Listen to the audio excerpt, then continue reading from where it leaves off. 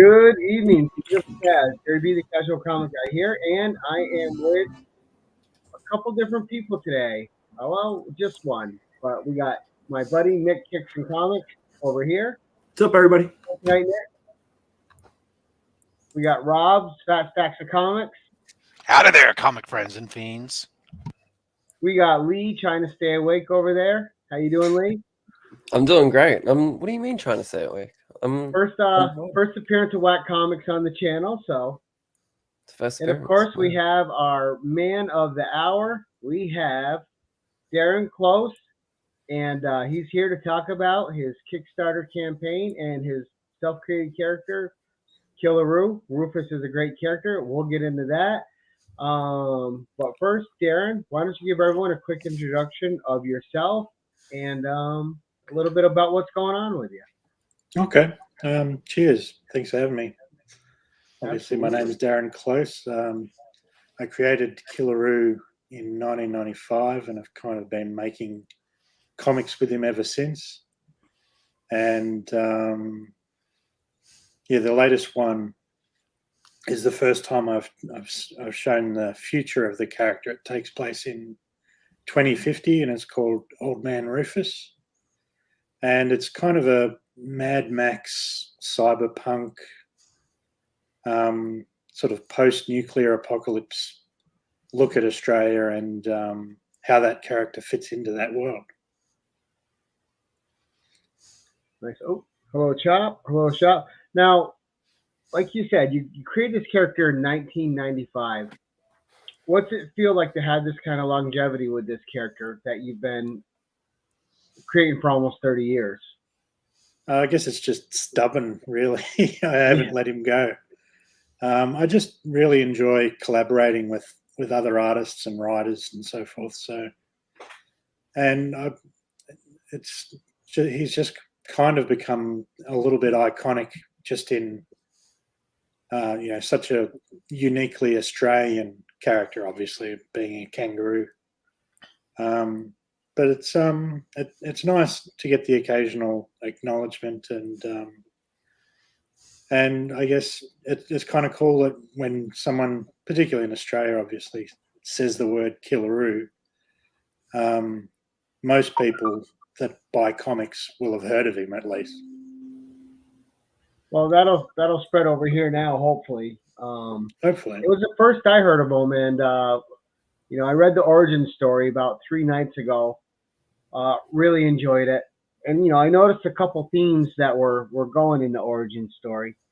But one, he's a character that the other characters in the book identify with pretty quickly and want to protect and take care of. You had the doctor, you had the family came across, and later on you had the bikers and the other people, Claudia, you had Jim.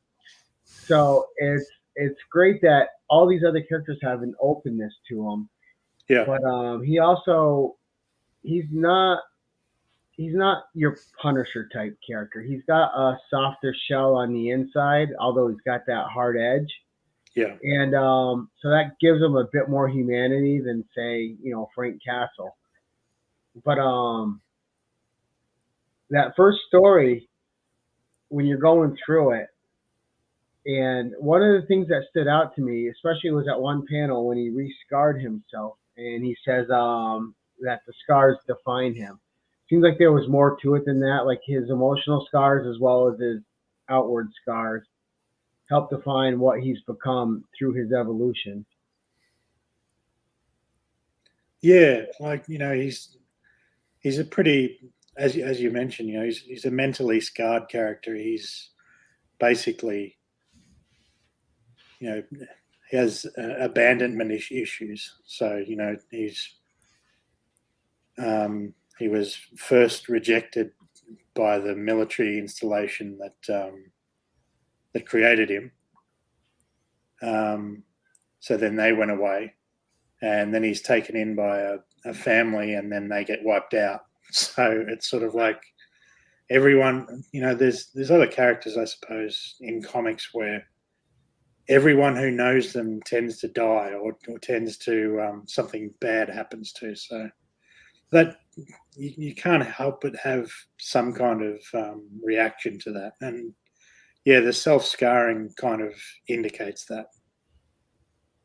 Well, and even at his core, he still keeps some of his humanity. He doesn't go full just vigilante. He still stays with the people that he cares about, which is cool. But so I want a little bit before we get more into the Kickstarter and Rufus. And I love the name Rufus for him too, by the way. Nice, yeah. But what got you into comics? Where did Darren Close get involved and start having this dream of being a creator? Well, it was in high school. I suppose I liked comics beforehand, and I liked drawing, but I never really made the connection to drawing comics for myself until I met a guy in high school called Damien Shanahan, and he was also interested in drawing comics, and he had like a newspaper strip in the local paper, and this was all around the formation of Image Comics.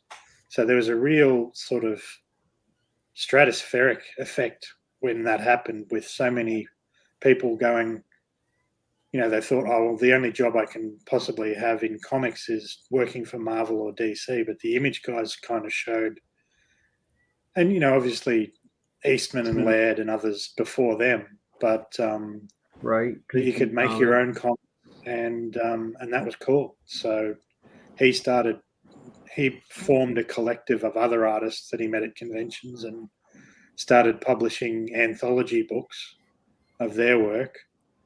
And I guess just being at the place of that was forming kind of inspired me to start doing my own thing. And it's not the first character I created, actually. The first character I created was called Eclipse, and he was kind of an alien character that crash landed to Earth, and the X-Files was big at that time, so I was kind of feeding into that. But just the fun of, I think, the collaborative process, particularly being around other people as they're creating comics and you're creating your comics. It's a very inspiring and encouraging kind of environment, and that's kind of where I started. Now, and it was really the Image guys that I was into, particularly Todd McFarlane and Eric Larson on Spider-Man. So I was into Spawn and Savage Dragon and those kind of books. So I think that's probably why the Killeroo books all look relatively mainstream in that sense, because that's always what's inspired me. Well, and I'm a big fan of the Eric Larson run on Spider-Man. And what I noticed that in your Killeroo book is the colors really pop. You have really good colorists with Killeroo. And it adds a lot to the scenery and gives you a feel of where he's at. Oh, definitely. The coloring is actually only recent. When I first published Killeroo books, they were all black and white because there was just the costs back in the early 2000s to print a color comic versus a black and white comic were quite different. And recently, probably in the last couple of years, I came across a bunch of guys called Bees Studios, and they're an Indian collaborative, actually. And the color that they can do just blows me away. So I'm actually, not only did I get Scars colored, but the Gang Wars books, I'm basically planning to get all of those stories colored one by one as I can afford it. Now, how many volumes have you had out of Killeroo? Old Man Rufus is probably about I have kind of lost count. I think it's about 14 or 15 books. And most of those shot for now, right? Yeah, generally I do them as one shots. Gang Wars is sort of like a 6-issue miniseries. But generally, Killer are doing it. Thanks, Lee. That was for Lee. I'm sorry. Go ahead. Go ahead there. But because it takes so long to produce a book, it can be six to 12 months sometimes between issues. So doing a sequential series doesn't really make a lot of sense because it builds up an anticipation in the reader of, well, I've got issues 1 and 2. When's number 3 coming out? Right. When's number 4 coming out? So by doing one shots, that kind of eliminates that sort of expectation. It does make it tricky to tell people what order the books come in because they're obviously not numbered. But with the digital books, I always put like a numbering prefix before the title. And in the back of each book, there's sort of like a timeline that establishes which books take place when. And that actually gives me a fair bit of freedom insofar as I can make a new book, but I can set it in between some of the other books that I've already published. Kind of like Hellboy. Hellboy's always been a great format where the book's just a series of one-shots or short mini-series, and he can go back in time in the character's life and tell a different story if that's what he wants to do right now. So, and that's always worked really well for them, too. Now, Ignacio, go ahead. Ignacio has a great question here in the chat. He says, who's your favorite collaborator and why is it me? Not referring to Ignacio. That guy. Who's that guy? That's Killeroo, drawn by Ignacio de Meglia. Oh, that guy right there. He's your favorite collaborator? I can't really answer that because there's so many great creators that I've been able to work with over the years. Ignacio would be up there though. Like during the Semper Fi Kickstarter, and that book's almost here. It's at the printers right now. That Kickstarter really took off. It was my most successful so far. And I just had to keep coming up with new stretch goals for people. And Ignacio did a lot more work than I think he expected he was going to. We made trading cards and stickers and beer coasters, that sort of thing. So he was very accommodating with that. A lot of creators would have told me to piss off. I can't wait to get that. And if people missed out on that, they can get that as an add-on with this Kickstarter, right? So here's a couple of them here. So there's the drink coaster. Oh, nice. That's the Lucky Scrotum Brewing Company. Everybody needs a Lucky Scrotum. And obviously a little die-cut sticker. How could you do a Lucky Scrotum Brewing Company, but not Killeroo doing a poo colouring in book? Yes. Well, I didn't have the vision that you had, Lee. I didn't think that far ahead. We'll talk about it later. And Lucky Scrotum is obviously like one of the weirdest Australiana collectibles that you can buy in Australiana shops. Roo testicles. Yeah. So it's like a lucky rabbit's foot, but instead it's kangaroo testicle. Yeah. I mean, if someone's got your scrotum, it's not very lucky. That's just a misnomer. Chop's asking where you can get your shirt. Yeah. He loves your shirt. Is there a site where they are available? And yes, there is. I'll let him tell you. Yes, all of my shirts are printed through Redbubble. This one was kind of a Kickstarter exclusive. So if you back the Kickstarter, you would get a this particular design shirt. But I'll probably upload some new artworks featuring Ignacio's stuff.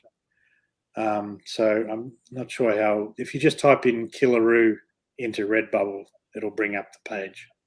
And Ignacio has a shirt for this Kickstarter as well, right? Yes, he does. The Old Man Rufus. Yeah. He's one of the only artists that did sort of like this kind of standalone image, which can easily be adapted to a shirt for one of his covers. So that seemed like a no-brainer to use for the T-shirt. Awesome. And guys, the link, Nick put it in the chat, but the link is also in the description in this video below. So you guys can visit the Kickstarter and look at, there's tons of options. Like you guys went all out with options. We did. Did you want to bring up the Kickstarter to replace my face here? Oh, I like it. You got to. I want you to talk about, but I want you to talk about why 30 years in the future. What prompted that from you? Was it what you were reading at the time that ignited that idea in you? Well, the artist for Killeroo Scars, Ryan Wilton, he first visualized the idea of a older Rufus. I think the movie Gran Torino had just come out, so there was a lot of get off my lawn kind of imagery and memes going around. And yeah, he put together a design for that character, which thanks Chop and Drop. And so it was, an older version of the character. And I thought, oh, that's cool. Maybe I'll come back to that at some point. And it's about a decade later, and I've just gone. I think particularly after Logan and the Old Man Logan comic series, I just saw, potential there. And because most of the Killeroo books, one of the things that I've aimed for is to really make it kind of grounded in reality. I mean, he's a mutant kangaroo, but he's not one of thousands of mutant animals. As far as he knows, he's the only one. So it's sort of an odd man out kind of scenario. It's not like there are other animal creatures going around. So by keeping it very grounded in reality, that reality also becomes a bit of a hindrance, because people are like, oh, I'd love to see him in a different scenario where there's other things going on. Hi, Jerry. And a future story kind of unlocks all of that sort of thing. People have said, oh, he'd be cool in a Mad Max scenario. And I'm like, well, that's not reality right now. Or a Tank Girl sort of landscape. And by setting it in the future and sort of mapping out what happens in the next 30 years in his universe, it really unlocks the potential to start having, mutated creatures and different landscapes, and the ability for him to travel to a city because it's unpopulated and ruined by nuclear blasts. So, yeah, I just thought that's a very fertile land that I can work with. I just shared my screen if you want to show the sketch that Darren's talking about. It's now a stretch goal. Is this these original sketch that he did, or is this a new one that he's made for the Kickstarter? Yeah, so he actually drew that 10 years ago. That's the original one you were talking about. No. Yeah. Wow. So in this one, he's given him an eye patch. He doesn't actually have that. Didn't. Ryan had his own vision of what that character was, so I didn't want to tread on that. So I've given him a look of his own. So it's basically an older version of the character without ripping off some of the designs that Ryan did. Because I love the original idea for it as a stretch goal for the campaign. That's really cool. Yeah, well, I approached him and said I'd really like to use this image for the Kickstarter. May I have your permission to do so? Because it was something he did of his own volition. It was never paid for. So yeah, and he kindly granted me permission to do so. So yeah, it's kind of cool to be printing that now. Now, is this your first Kickstarter with this character, Rufus, or have the other ones been on Kickstarter? No, all the other ones have been Killeroo. It's essentially the main character and the books that I've done. There's different ones, like this one's Old Man Rufus, and actually my previous campaign was Young Rufus Adventures, which was like a kid's book, because I always go to conventions and have parents coming up and going, oh, this looks really cool. Would it be suitable for my 5-year-old son? And I'm like, no. and as someone, if you've been to a convention behind a table, the last thing you want to do is send a customer away. Right. So yeah, I approached some artists that particularly good at kids' books and kids' comics, and produced a little 48-page anthology of his life with the Aboriginal family when he's just like a little Joey. So that's kind of cool. Now, are there any callbacks in this new version to characters that he's interacted with in the past? Is anyone still with him 30 years in the future, or is he in a whole new landscape with a whole new set of characters? It's largely a new roster of characters just through the years. But actually the setting for, I think, a story in Gang Wars 1 was like a junkyard.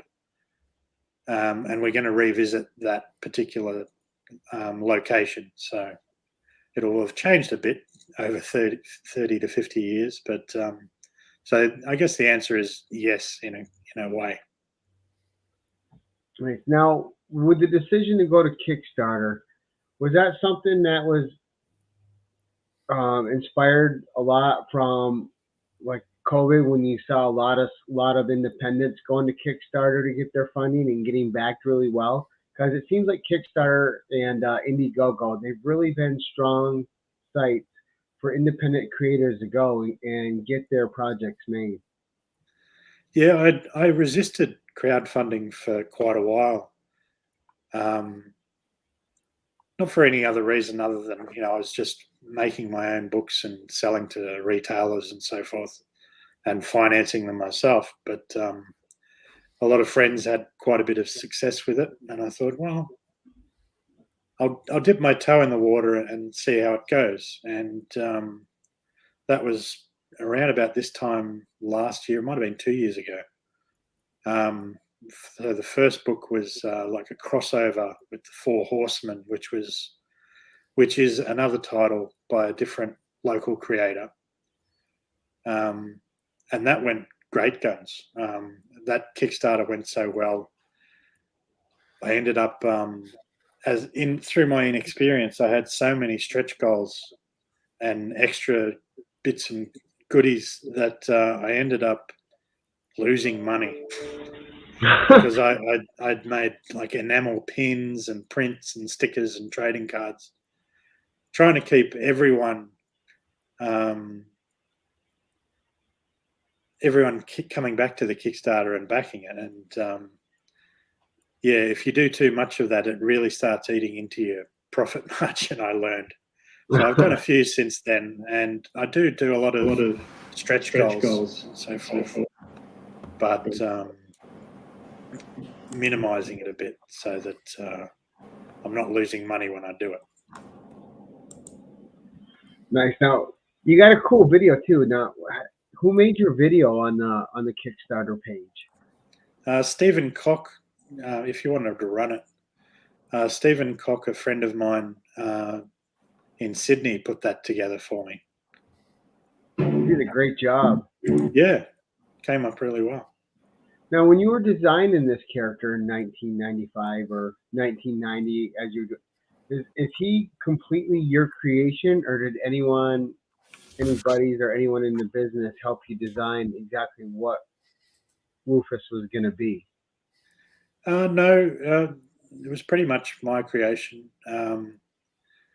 Actually, his first appearance in '95, he wasn't really a mutant. He was just like a kangaroo that could talk without like human appendages and so forth. But he evolved to become that over years. There's been quite a few people have compared him to Booger from Tank Girl, which I actually hadn't even seen until like 5 years later.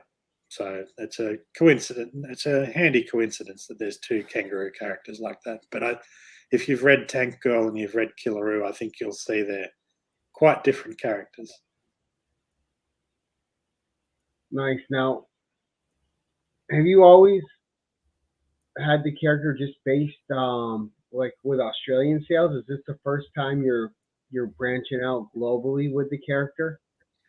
With Kickstarter is kind of the first time that I've really reached out. I have occasionally get mail orders to other countries over the years before I started Kickstarter, but this is probably the first real foray into that. And I've actually signed a deal with a comic shop in Albuquerque. And at this stage, we're just going through the initial teething stage, but eventually they will be republishing Killeroo under their brand in the US. So I'll essentially be looking to use them not only for my Kickstarter distribution, but also to other stores, because it's just so prohibitively expensive to send stuff from Australia to America and back and vice versa. So it'll be much easier once that gets up and running. That's why we don't send Lee anything.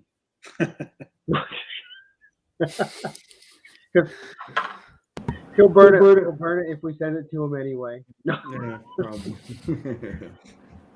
All right. So your first collaboration, what was I forgot what the name of the collab was. Was that a nervous thing with you, or were these people you already knew, you were comfortable going into it and putting your character's name with their characters? For the crossover, you mean? Yeah. Yeah. No, I've known Stuart for years. If it's an Australian comic book, chances are I know about it, being around for 20 years, and that's not gloating. That's just I've been around long enough to have seen and going to conventions and picked up so many other comics. And Stuart lives not that far from here, and he has a very distinctive kind of cartoony style. So it really, he had the idea, and I said, yeah, that sounds cool. And then he just went off and did it. And I really wasn't that involved. Like, he's the writer and the artist for that one. I think the only provision I had was that I wanted to ink any of the Killeroos in the book. So, because he's a fun artist to ink. So, it was a fun collaboration. It's probably, if I could do it again, I'd try and control Stuart a little bit more in the characterization of the character. But that was my next question. How was it handing your baby over to someone else to write? Well, it's always tricky, but I generally have a list and sort of a number of guidelines on what the character will do and what they won't do, and a style guide that has to be adhered to so that he looks like the same that he does in all the other books. For example, a lot of artists tend to draw the tail like it's a dragon's tail, like you can wave it around and it floats in the air, and kangaroo tails can't do that. They just kind of fall flat to the ground. So there's Stephen. Thanks, Stephen. So yeah, it's just once they get a sense of the character, and I know that they're going to respect the rules, if you like. It's fun to see what they come up with. So I kind of enjoy that aspect of it. And now I'm going to guess that because I haven't read the crossover, that you got to write their characters too. So it had to be a little nerve-wracking taking control of someone else's characters and trying to do that justice as well. No, I haven't really done that with any of my books. That was kind of the first real crossover. There's another couple of crossovers that are in the works right now. And I'm having a bit more input in that regard. But no, not so much with that one. Now, I want to get into too a little bit of your future plans. You said now that he's in this future world, this opens up the floodgates. So, are we going to see more government experiments? Are we going to see some other animals coming out? Are we going to? And they don't all have to be evil either. I mean, you could get new. Just from what you said, there's just a lot of fertile ground for this whole universe to develop and grow. Well, I'm not focusing exclusively on the future world. For example, Ignacio and Matthew from Semper Fi, we're working through a sequel to that book at the moment, which will take place more in the modern version of the character. So even though I'm heavily involved in Old Man Rufus right now, that's something that I can come back to based on the same Hellboy principle, in that I can go back in time, I can go forward in time. I guess the only issue is it kind of kills the tension of modern day books where you go, well, he's not going to die because I know he's in 2050. Right. So sort of navigating that is a little bit tricky. So I just have to make sure that while I'm not looking, he doesn't die in the meantime. Old Man Rufus could always be a clone if he dies, Yeah, there's options. Right, variant of the multiverse too. There you go. Yeah. I've always liked those end stories, like to find out where the character always winds up. And for me, Rufus is that kind of guy where you want to see what kind of decisions he's made along the way. He's kind of rough and grizzled now, but 30 years into the future, I'm definitely anxious to see what he's like then. Yeah. So. Yeah, there's so much to explore in that sense. As you say, an obvious question is what happened to the characters that he knew in the past, whether we'll touch on that or whether he'll remember them, that sort of thing. So there's a lot of possibilities there. Now, are you looking to expand it, like not just Killeroo, like but offshoot books that are set in the same universe? I haven't really considered that, just based on, I'm already only producing 2 to 3 books max per year. I have considered dusting off that Eclipse character and maybe having him appear in the same universe. It's just a matter of, because I don't draw it myself, it's finding artists that are reliable and economical that I can afford them, and just managing that. I mean, Kickstarter makes that a lot easier in that I can use that to fund the production of those books. But I guess I just still have so many Killeroo stories I want to tell, so I haven't really considered spinning off different books at this stage, but it's something I might do later.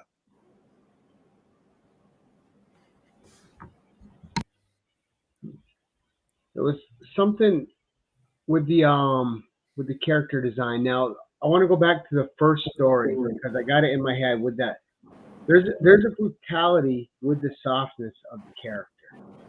But the one fight scene with the barbed wire, you saw the brutality, and that's where he started learning his scar.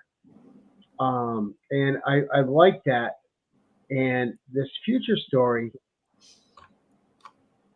is there anything else in there that you don't have to spoil it, but that are kind of a character defining moment like that one was in that first book? Well, you'll have to wait and see. What's that? Well, that was like a defining, like you kind of like read through that panel and then you're like, oh, okay. And then you saw it pay back and actually become part of who this Rufus character was. But it wasn't just such a physical thing. It was also connected the character emotionally, what was going on inside him. Because I think where the character's strongest is obviously he's a relatable character with the pain that he goes through, because he's all about his emotional scars. Yeah. I actually explored one of those books that I've done in the past was called The Stones of Karangira. And that story actually, it deals with PTSD. Like the character basically after the Gang Wars saga, he's really quite damaged. And that book is really about dealing with that and his feelings of self-loathing and just how he deals with that. So yeah, the psychological aspects of the character are certainly stuff that will be pursued more in the old version, because obviously the older a person gets, the more regrets and things they have, and wishes they could do over things in the past. So Who told you? Let's see. I'm gonna try something here and see if this works. And yeah, Gary, I can press play now if you can. Yep, go ahead. We're gonna play this real quick for you guys to see. You guys hear okay? Yep.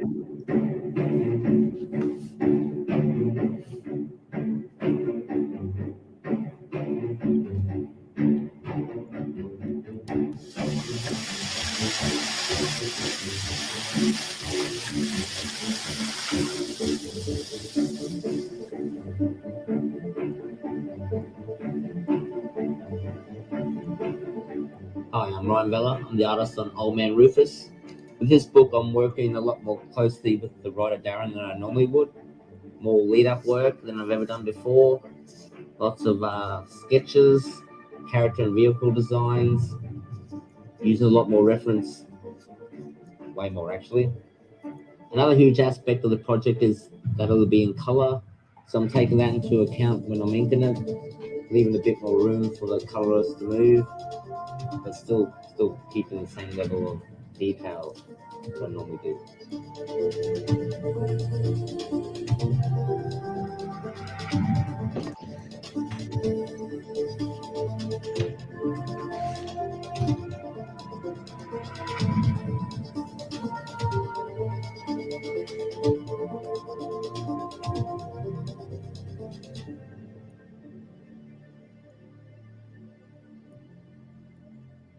So nice, good introduction there.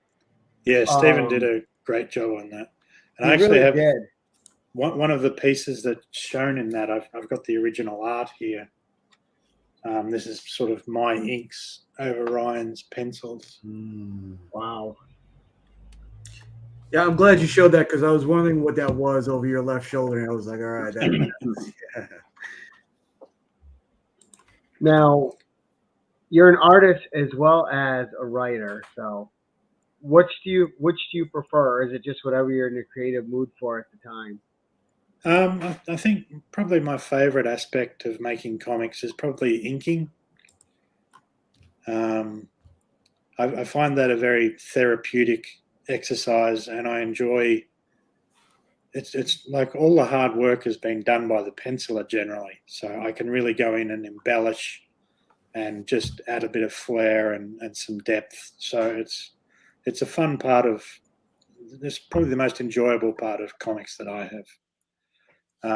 So not so much drawing, but inking. Now, how did you decide? Because you have all these great artists with all these variant covers. How was that process for you? Were these artists that you had followed through your career that you had a lot of respect for or had become close with, and you just wanted to work with them?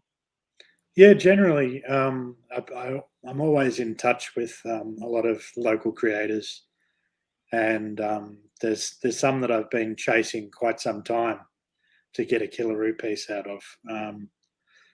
Actually the one on the top of that Kickstarter, if you can bring that back up again and scroll down a little, just that one showing up there. That's by Mark Sexton, who, just scroll down a little bit. Yeah. Mark Sexton was making Australian comics when I was in high school. A particular book called Bug and Stump, which he did with John Petropoulos.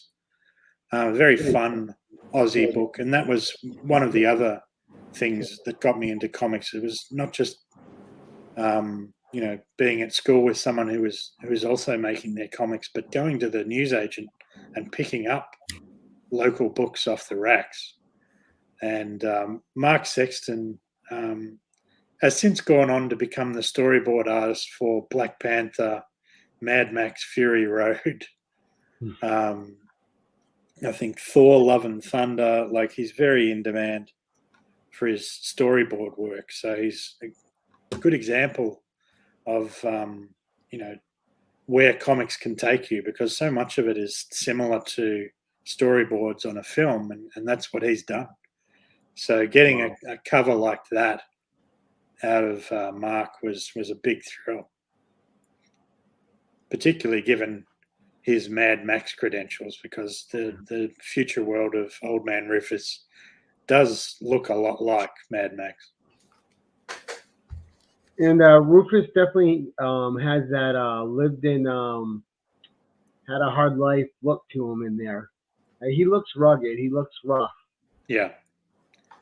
Actually, I sent you a special preview of a cover that I'm releasing tomorrow. So you got a scoop. Are you able to bring that one up? I gotta see. I'm gonna send it to Nick because Nick is more technical than I am with that.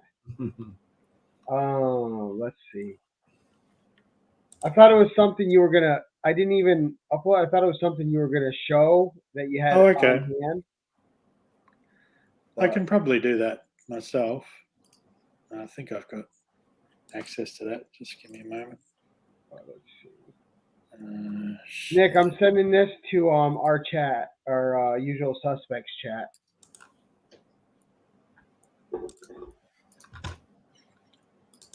So then I'll bring it up if there we go.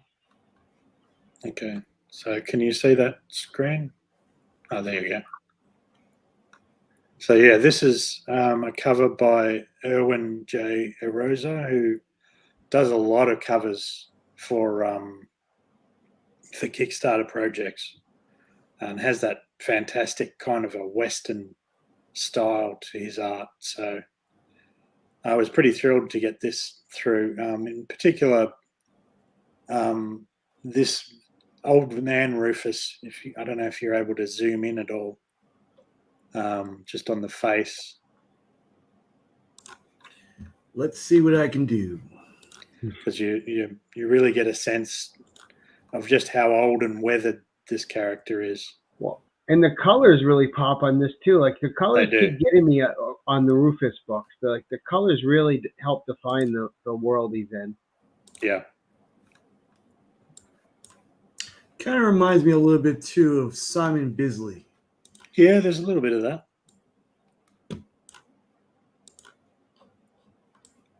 So Comic Journey, this is on Kickstarter right now. The link is in the description. So yeah, he was particularly, you can see sort of like the real bags under the eyes and the tear out of the rip out of the ear and the long whiskers and the beard. But yeah, in the future he has a couple of companions, which is like a little possum on his shoulder there, and obviously a wedge-tailed eagle. And the way the wedge-tailed eagle comes into it, you'll notice that Rufus has goggles on his head. They're kind of futuristic goggles insofar as they give him access to what the eagle sees. So if the eagle's flying above and sort of scouting out a location, by putting the goggles on, he can see what the eagle sees. Oh, wow. So that gives him, it's hard to sneak up on him when he's got a sentry flying above all the time. And the little possum might look cute, but he's quite savage.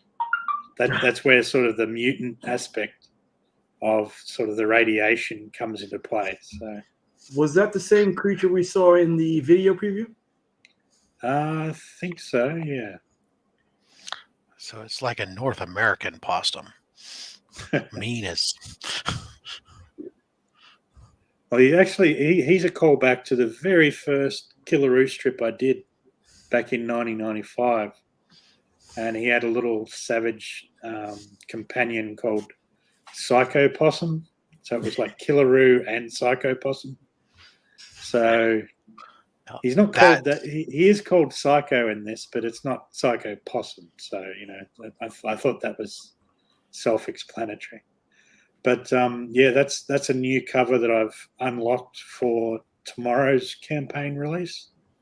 So anyone who backs the book at any physical reward level will be able to select that cover as the one that they get. And sorry, I think there was a question before, wasn't there, in regards to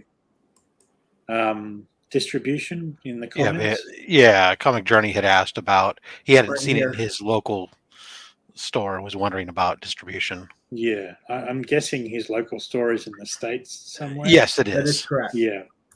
Yeah, because it's never been distributed through Diamond. It's always been, and particularly now, I'm not sure what's going on with Diamond. I'm not sure comic stores know what's going on with Diamond right now. Diamond no longer has a monopoly. That's what's happening. Right. And Diamond doesn't know what's going on with Diamond right now. Yeah. So yeah, and I'd love to have it in every store in the world, but it's just the numbers that I've printed probably wouldn't qualify for Diamond, and the fact that I'd have to ship it from here to their distribution center, like it would just be cost prohibitive. But I'm hoping when the deal goes through with Red Planet Comics in Albuquerque, that might be something we can look into at that point. Has there been any thought of digital releases on some of the back catalog? To gain interest? Through the Kickstarter, you can purchase the entire digital back catalog in PDF form. So if people do want to read the books, but obviously don't want to pay the exorbitant shipping, they can, if they back it the digital level, there's an add-on feature that basically gets you the entire back catalogue of books, about 15, 16 books, for $120 Australian, which I think at this point is about $5 American. Not quite, but our dollar is quite shit versus yours. So there's bargains to be had there. And some of the books that I've published are actually out of print, so I can't ship you physical copies of those, but they are available in the digital rewards. Nice. Yeah, I'm definitely looking into those because I got to the end of that origin story, and I got hooked in with Claudia and Jim, especially like the Claudia character, which the fixing them up I thought was really cool, and I thought there might be something there with a little side story that could go on with King Scar too, because that seemed really interesting. Well, like I said at the time, your first taste is free.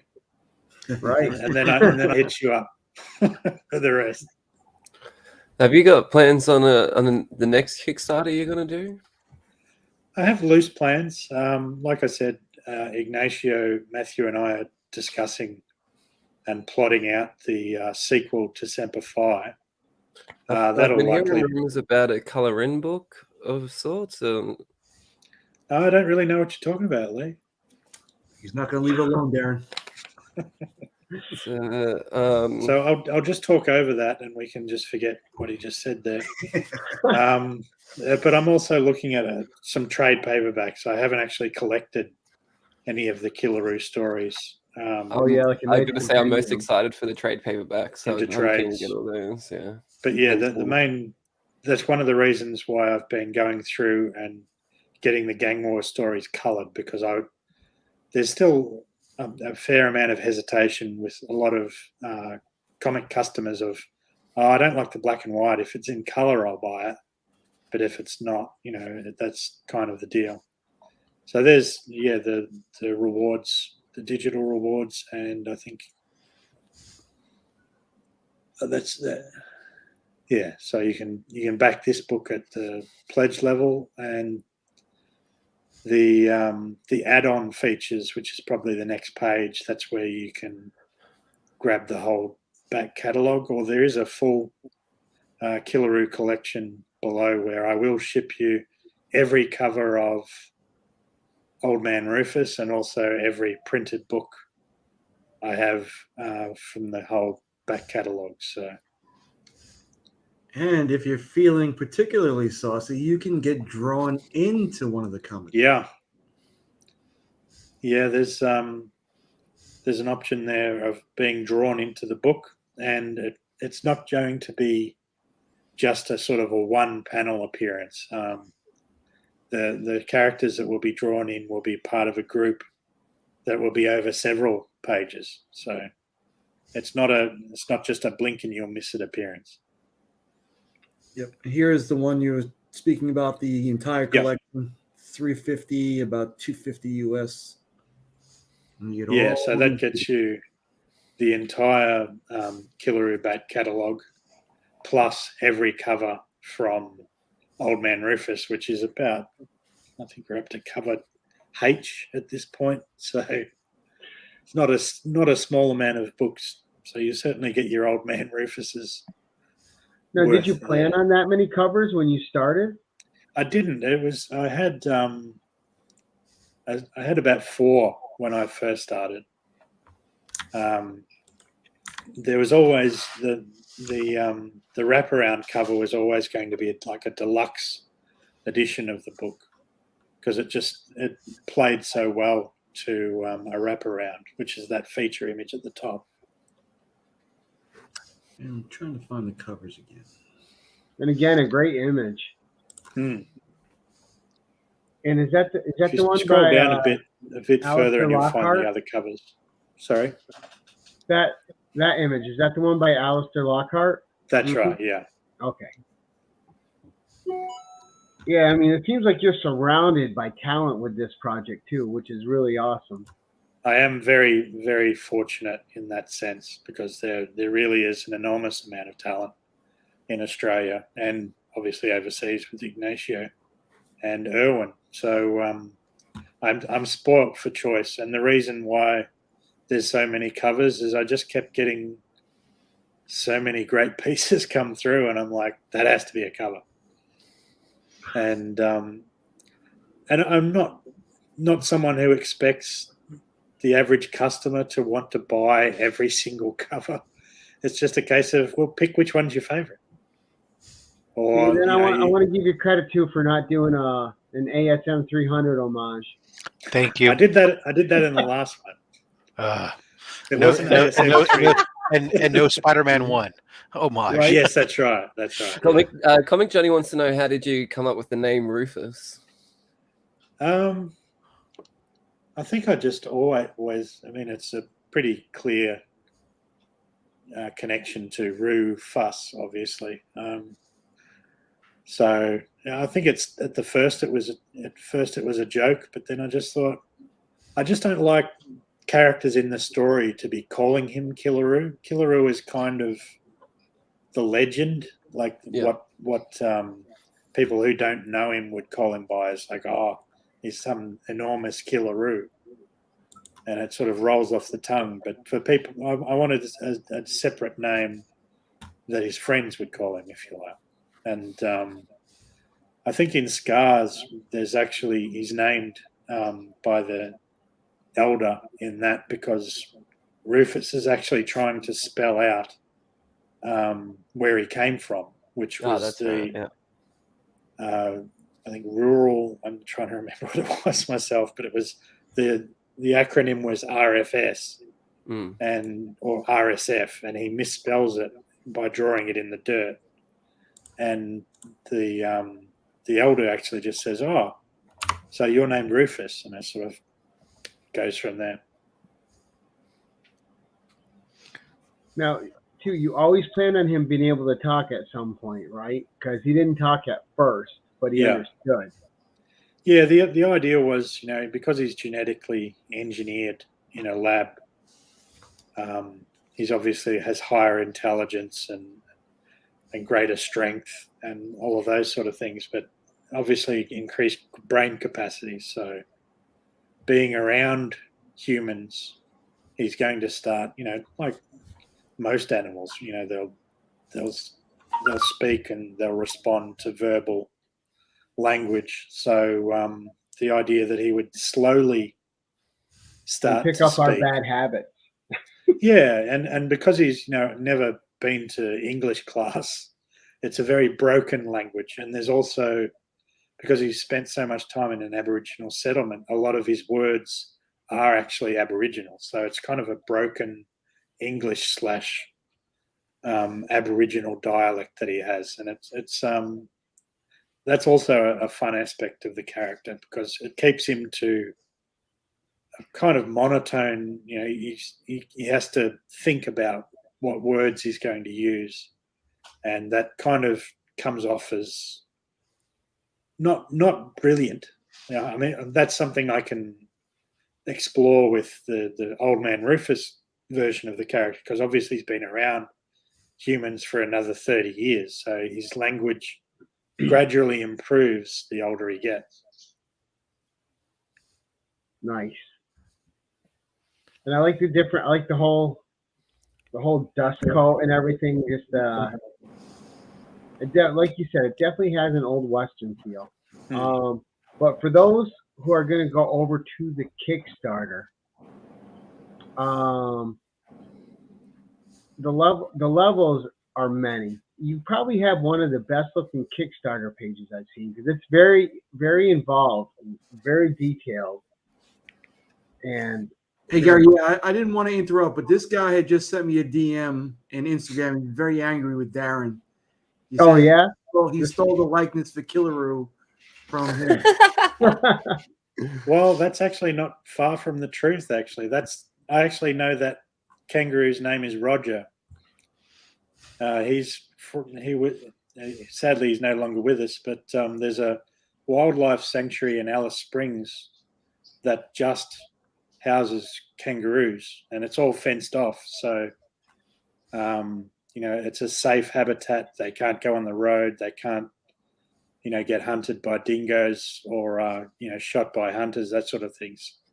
And he's the alpha male of the group of kangaroos. Yes, he is. So, he's quite famous. Roger's quite famous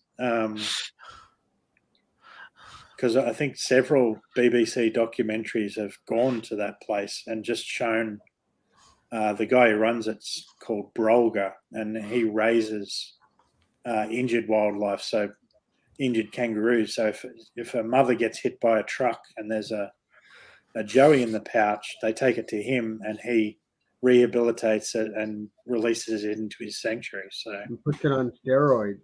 Yeah. So I've literally got a whole folder of photos of Roger. When you're fenced in the yard and you got nothing else to do, you lift. Yeah.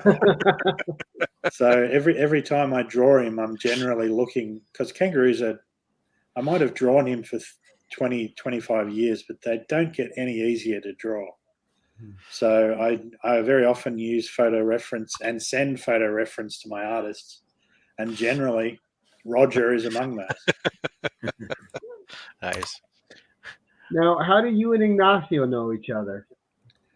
I met Ignacio through Matt, actually. Matt first contacted me to appear on his Weird Crap in Australia podcast. And we had a chat very much like this. And I think Ignacio had worked with him on their logo and a lot of their merchandise and projects. And I learned later that that interview was kind of a backdoor intro insofar as Matthew was planning to pitch a Killeroo story to me with Ignacio on board as the artist. And when this is actually the first piece of artwork that Ignacio sent me of his version of the character, and I was like, I'm in. Whatever it is these guys are pitching, I want to get it done. And they'll famously say, like their first pitch, I just said, yeah, nah. Because it wasn't really, I think that it had a lot of elements that I already had planned with another artist and writer. So it was a bit too close to something that was already in the works / been done before. So I definitely wanted to work with them. And I just thought, well, I like where you're going with it with the military and so forth. And I also really love the movie Predator. So what if we made a book that was kind of along the lines of Predator, and instead of Predator, it's Rufus, and it's a military group going through Kakadu, and it kind of spun out from there. And yeah, I'm proud to call Ignacio one of my mates now. So, and looking forward to working with him on the next book. I'm proud to call Ignacio my daddy. Yeah, I'll stick with mate. That's between you and Ignacio, Lee. My sweet Iggy. Keep it secret, keep it safe, Lee. Wow. All right. So you've been doing Killeroo now for a while, and Project Having That Freedom. Hypothetically, Marvel, DC, they both come to you. They say, wow, we love this Killeroo stuff, but we want you to save one of our characters that's dying. Who would you, from one of those two, would you like to take on to try to play with and put your own spin on? That's a good question. I've always, as I mentioned, I grew up reading McFarlane and Larson on Spider-Man. And frankly, what they're doing with Spider-Man right now, I don't like it much at all. So I'd almost consider him a character that needs saving at this point. Great answer. I'm not sure what else I could bring to the table of Spider-Man. I've never really thought about. Rob's just waiting for more clones. Fuck the clones. Sorry. No. Just bring Mary Jane back into the fold, for God's sakes. It just bothers me, like, how much they've fucked with that character. It's it's great that there's a good Spider-Man in the movies, because it means I can enjoy the character. But the current storyline, I was really excited when Ryan Otley came on board a couple of years back to draw a Spider-Man book, but I ended up being disappointed with that one as well. It's been a bit. Good answer. Thank you. No worries. See, now I've been saving this one. I want to know, guys, when you look at the Killeroo story, the Rufus story, like I said, the art's catchy and it's definitely got its own style, but it just screams to me that it would make a great animated movie. Have you ever thought about that in the future of this character? I have. I've actually approached some animation studios in the past and kind of pitched it, but the bottom line is, hey Gary, the bottom line is that it's just exorbitantly expensive. And at present, while I've got some great Kickstarter backers that come on board for my projects, I'm not sure I have the audience that I could pitch to, the kind of money that a animated series, or even just a pilot, or a 30-minute, just a 30-second show reel of what Killeroo would look like as an animated character is going to cost $20,000 to $30,000 for 30 seconds. Wow! And that's if I'm lucky. That's if we cut corners on the animation. So it's a tough one. It's something I've always felt that he would translate so well to, but until Hollywood comes calling and just has the money to actually do it properly, I'm not sure that will happen. I'm in talks with a Melbourne filmmaker about some kind of short film with Killeroo, but nothing's been determined at this stage. And I didn't know if the opportunities were any better over in Australia than they would be here to get that kind of project off the ground. Yeah. Sadly, not really. There's the Tom Taylor has an animated series called The Deep. I don't know if you've got that over in the US, but that's like a really nice animation, which was originally a comic published in WA. So, but I don't really have Tom Taylor's audience at this point. So, to be fair, I don't think Tom Taylor had Tom Taylor's audience at that stage either, though, when He wasn't on those big books when he had that cartoon. Yeah. No, he must have just pitched it to a studio, and they were receptive to it. And I think also that all ages aspect of the Deep makes it a lot easier for, if you're doing animation for adults, it's a much, well, it's Family Guy and so forth. Pitch the young Rufus as the show then. Yeah, I think that would probably have more legs. I don't think Troma makes anything great. Right. Intentionally. Well, and you see a lot of the streaming services going a lot more towards adult animation now too. Like your Hulus and your Netflix are definitely going towards a lot of adult animation. So, it'd be great one day to see that pop up. But I just had to ask that because when I read it, there's a fluidity to the character that just seems natural for animation. So I just had to get it out there. I didn't know if you had ever been in the talks, and just my own curiosity. I'd certainly love it to happen, but yeah. And the other thing is, like, the first thing I thought of when I saw this image by Ignacio was Street Fighter character. Right. Like, he just looks like he's ready to fight someone. He looks like Guile. I was just like, how cool would that be? Or what's the Nintendo game? Super Smash Bros. Have him as a character in there. But a good Street Fighter game with him, because that's a great side profile. It is. Sliding down the screen. For sure. But we are coming up on the hour and 10 mark. We're gonna wrap it up here. But before we do, I wanted you to just get out anything else you need to say about this project. What the remaining goals are, how many days are left, the quick breakdown for anyone watching it tonight and on the rewind. Sure thing. So again, the domain name is oldmanrufus.killeroo.com. That'll take you to the Kickstarter. It has about 12 days left currently.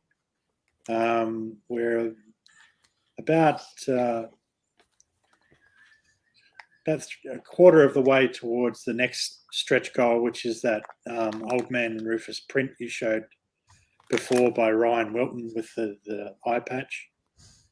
So when that unlocks at I think the $14,000 mark, that will be a print that gets shipped with every order of the book. So it's a little bonus print. Also take this opportunity to thank all the backers that have jumped on board. It's fantastic to have this kind of support at this point. I mean, just while we've been talking, it looks like there's like another $400 added to the total. Actually, now this looks like an old screenshot. Do you want to? Because it's a lot. I think that's in US. Oh, okay, US. Yeah. Yeah. I understood. Like I said, Australian dollars versus US dollars are very different. Yeah, they are. But yeah, as I mentioned, it's still got 12 days to go. There's several more covers yet to be revealed. It is a little bit different. She talked about 12,000 Australian. Yeah. It's a little very bit different. I was wondering what's going on with that number. But so we've already unveiled. Oh, one more thing I wanted to point out. You'll see there's a blank variant there. We're doing something different with the blank variant. If you scroll down a bit further, a bit too much, just underneath the other covers. Just there. There it is. Yeah, so with the blank variant, because I've got the artist is sending me high-res scans of his pencil stage and his ink stage. I had the idea of, much like the Batman Unwrapped or the DC Unwrapped books, those hardcovers where they print the pencils version of the story. So if you get the blank variant, the interiors, it will be leaded, so you can still read it, but it'll be printed from the original pencils, which I think kind of makes it a nice semi-artist's edition and So I've got- something special for a blank variant rather than just covering the book that all the other covers Absolutely. are. I love that. I got the backed at getting the four covers. Is this one of the covers that I can get with that? Yes, Yeah? you can select the blank edition at every Oh. cover level. And can I commission you to do something on it? Draw something on it? Anything that I want? Absolutely. Uh-oh. Anything? Killeroo, No, take it no. approved. Say no. Say no. Anything within reason. Yeah, yeah. Oh, a custom label. Yeah, so that's through Grail Hunters, which is an Australian group. They have a connection with Halo, so you not only order the book, but you can get it slabbed immediately. And hopefully it'll be a 9.8. I've sort of guaranteed it'll be at least a 9.4, but very likely there won't be 9.8. Simplify coming. Darren's going to make sure it's a 0.5 for me. Yeah. It's going to burn. We're going to make another 5 variant together. That's the most unusual request I've had for people who want to buy my comics is, can you burn it first? Yeah, before it's slabbed. Because I can't burn it after it's been slabbed. So that is a nice looking slab, though. Challenge accepted, Lee. And that's an example there of those. The same colorist for the Scars book you were talking about, Gary, is the same colorist for this book. Yeah, I mean, they're doing a great job because the colors just popped instantly for me. I noticed them, and they actually helped draw me into the story. Yeah. But having said that, I do have an appreciation for the black and white, especially being a Savage Sword of Conan reader. There's something to be enjoyed in both venues. Well, I'm actually considering doing 2 versions of the blank variant and have one as pencils and the other one just be inks. So it would be the black and white version. Because you can see the inks are quite stunning as well. His inks are amazing. I mean, that's an amazing amount of detail right there. Yeah. Ryan's really knocking it out of the park with this one. Yeah, that was like a Barry Windsor Smith level of detail in those backgrounds. Oh, and thanks also for the comments you mentioned before about the Kickstarter design. As a graphic designer, I kind of have a advantage where I can really go all out and make the Kickstarters look as impressive as I can. But you're looking at dozens of hours of work to put all of this together. So it's nice to be appreciated for that. And I have to credit, I'm part of the comics launch group. Tyler James runs a podcast called Comics Launch, which is all about how to make your Kickstarter as good as you can. And the amount of tips and tricks that I've learned in making my Kickstarters look like this really do come from them. Yeah, other thing, like I spent a good amount of time looking through this and thumbing through. I was just amazed at the level of detail this Kickstarter has. Most of them have a little video, but then they just have a little side scroll, and that's about it. And it's not much more in depth than that. Oh, thank you. And I've bought quite a few things off Kickstarter, so when I was looking at this, I was like, "Ooh, that's really, really nice." You can get some original art. I love the original art. You can put that crazy detail on your wall. Yeah. I want one. Now, I'll be honest, I'm amazed those are still available. I thought they would go pretty quickly.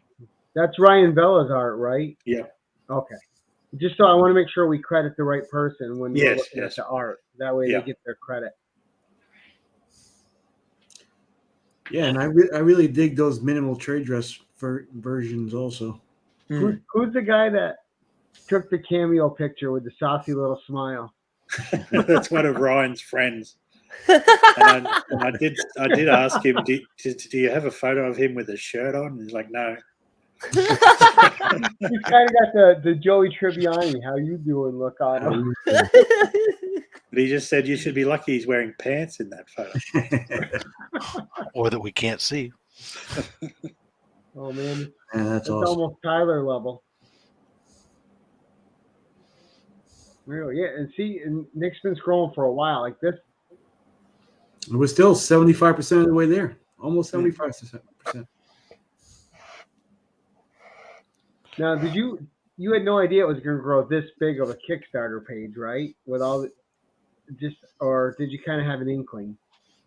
Well, I put the same level of detail into this campaign as my previous ones, and as I mentioned, the Semper Fi project with Ignacio is my record Kickstarter, and that raised almost, I think, 23,000 Australian dollars. So wow, Flash so Domingo, huh? Yeah, that's a platypus character by a friend of mine, Gary Challoner. And he's been doing Australian comics for longer than I've been born. So, yeah. And those colors. Yeah, absolutely amazing. So, and wrapping it up here, what other information would you like get out to the general public? Is there anything left that you would like us to know about this Kickstarter or the character in general? I think we've covered most of the bases. And we're getting when are we getting the Killer Poo variant? Yeah, I had to throw it in there for Lee. Let's go to Lee. He can talk about that.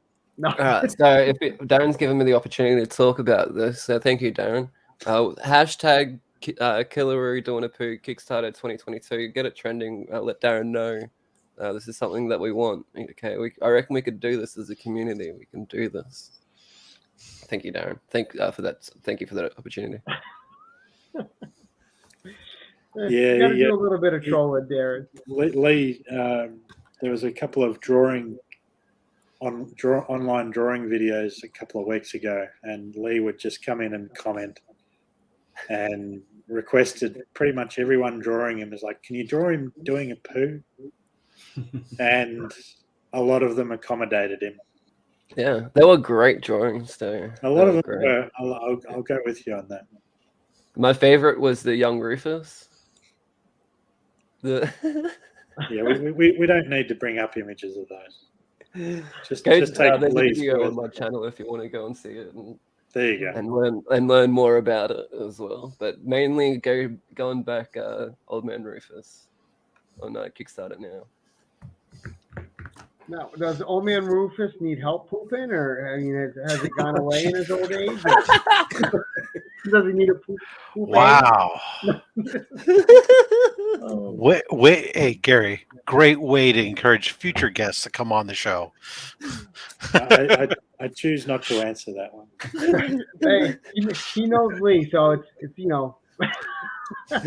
I told you he's a madman, Darren. They still have Metamucil in the future, so we'll just go. There you go. No, but in all seriousness, Darren, thank you for coming on the show. It was a pleasure to have you. So what we're gonna do, what we always do, I'm gonna let these guys say what's coming up in their channel. You as a guest get the final goodbye, and then in true awkward American fashion, we're gonna sing our way out. Nice. So, Lee, what's coming up for you, sir?